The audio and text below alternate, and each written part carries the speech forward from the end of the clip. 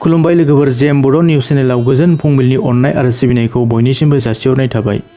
दिनै 19 जुलाइ 2023 थामहिनबा 1433 मायथाइनि सावन दाननि 2 खालार रबिबार बाराय। आसा खालामो नोंथांमोना बयबो दिनैनि फानजामुथि फरायथिनाय भिडिअखौ जोबजासिम नायलांजोबगोन होननानै। गिबि राशि महरै सेथियाव मेष राशि। गोसोआव फोथायनाया गोथौसिन जागोन। मंगल ग्रह आरो शनि ग्रहनि बिहोमाया नोंथांनि केरियार आरो बेफार फालांगियाव जौगानाय लाबोगोन। थासारिया जौगालु महर होगोन। बरादा नोंथांजों लोगोसे थाफागोन। नोंथांमोननि दिनैनि खाफाल गोनां गाब गोमो आरो गोथां। नोंथांमोननि दिनैनि खाफाल गोनां अनजिमा 9 आरो 2। नोंथांमोननि दिनैनि खाफाल गोनां दिग सानजा। नैथि राशि महरै वृषभ राशि। फुंनि जागायनाय समा गाहामैनो थांगोन। थाद'नाय खामानिया गोख्रोङै आवगायगोन। धोन खरसा खालामनाय बिथिङाव मोजाङै नोजोर लाखिनायनि गोनांथि। जिउनि लोगोजों सोमोन्दोआ गोथौसिन जागोन। नोंथांमोननि दिनैनि खाफाल गोनां गाब गुफुर। नोंथांमोननि दिनैनि खाफाल गोनां अनजिमा 6। नोंथांमोननि दिनैनि खाफाल गोनां दिग खोला। थामथि राशि महरै मिथुन राशि। मोजां खामानि आरो लिरनाय फरायनाय गोनां सुबुङा मान सन्मान बांहोनो हागोन। जबनि थाखाय गुबुन जायगासिम दावबायहैनो गोनां जागोन। गोसोनि साननाय आबुं महर मोनगोन। नोंथांमोननि दिनैनि खाफाल गोनां गाब गोथां। नोंथांमोननि दिनैनि खाफाल गोनां अनजिमा 5। नोंथांमोननि दिनैनि खाफाल गोनां दिग साहा। ब्रैथि राशि महरै कर्कट राशि। गोसोआव फोथायनाया रासिन जागोन। मावनो लानाय गासै खामानियाव जौगानाय फैगोन। खरसानि बिबांखौ खमायहोनाया मोजां। धोननि बिबांखौ बांहोनो हागोन। नोंथांमोननि दिनैनि खाफाल गोनां गाब गुफुर। नोंथांमोननि दिनैनि खाफाल गोनां अनजिमा 2 आरो 4। नोंथांमोननि दिनैनि खाफाल गोनां दिग सोनाब आरो साहा। बाथि राशि महरै सिंह राशि। सोरबा गोहो थानाय सुबुंजों लोगो मोनलायगोन। खस्थ'नि गेजेरजों धोननि बिबांखौ बांहोनो हागोन। बिमा बिफाया फिसानि मोजां खौरां खोनानो मोनगोन। गिदिर प्रजेक्टआव खामानि मावनो खाबु मोनगोन। नोंथांमोननि दिनैनि खाफाल गोनां गाब कमला गाब। नोंथांमोननि दिनैनि खाफाल गोनां अनजिमा 1।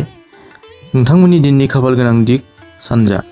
दथि राशि महरै कन्या राशि। दिनै चन्द्रदेबनि सोलायनाय सालनि थाखाय गावनि फारसे सांग्रांथि लाखिनाया मोजां। जिउनि लोगोजों नंखाय दावराव दावसिनिफ्राय गोजानाव था। गोजाम बेरामा सिखांफिननो हागौ।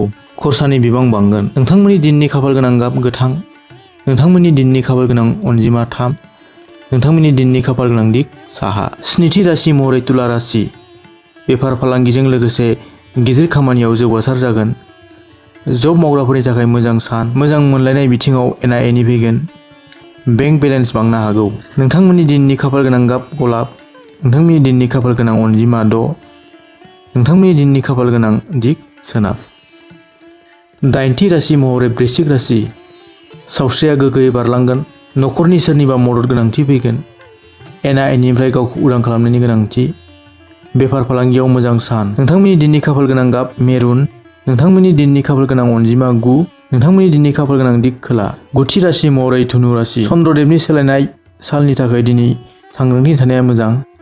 खायसे जेंनाफ्रा नोंथांनि खामानियाव हेंथा सोमजिगोन। सावस्रि फारसे जोथोन लाखिनाया मोजां। खायसे गोसो सुखुयै बिबानखौ रुजुनो गोनां जानो हागौ। नोंथांमोननि दिनैनि खाफाल गोनां गाब गोमो। दिनैनि खाफाल गोनां अनजिमा 3। नोंथांमोननि दिनैनि खाफाल गोनां दिग सानजा। जिथि राशि महरै मकर राशि। दिनै साना गाब गोनाङै बारलांगोन। गिदिर फालांगियारि डिल मोननो हागोन। थासारिया समानै बारलांगोन। हाखु दुखु थिरांथा लानाया जेंना सोमजिहोगोन। दिनैनि खाफाल गोनां गाब गोसोम। दिनैनि खाफाल गोनां अनजिमा 8। दिनैनि खाफाल गोनां दिग खोला आरो। जिथि राशि महरै कुम्भ राशि। फुंनि समाव साननाय खामानिया आबुं जागोन। सानजौफु बारनायनि उनाव थासारिया लोरबां नुजाथिगोन। दिनै रावखौबो फोथायनाया मोजां नङा। दावराव दावसि जाथायनिफ्राय उदां थानाया मोजां। नोंथांमोननि दिनैनि खाफाल गोनां गाबा निला। नोंथांमोननि दिनैनि खाफाल गोनां अनजिमा 4। नोंथांमोननि दिनैनि खाफाल गोनां दिगा सोनाब। जिनैथि राशि महरै मीन राशि। खामानि फारसे जेंना सोमजिखांनाय नुनो मोनगोन। राङारि लेनदेन फारसे सांग्रांथिया मोजां। लामा खारथाय सालायनाय समाव सांग्रांथि लाखिनाया मोजां। धोननि बिबांखौ बांहोनो हागोन। नोंथांमोननि दिनैनि खाफाल गोनां गाब गोमो। नोंथांमोननि दिनैनि खाफाल गोनां अनजिमा 3। नोंथांमोननि दिनैनि खाफाल गोनां दिग साहा आरो सानजा। लोगोफोर, नोंथांमोना दिनैसो जेम बड' निउज चेनेलाव गोदानब्ला अननानै चेनेलखौ साबस्क्राइब खालामना गालांबानो जाबाय आरो लोगोसे भिडिअखौ हाजासे शेयार खालाम।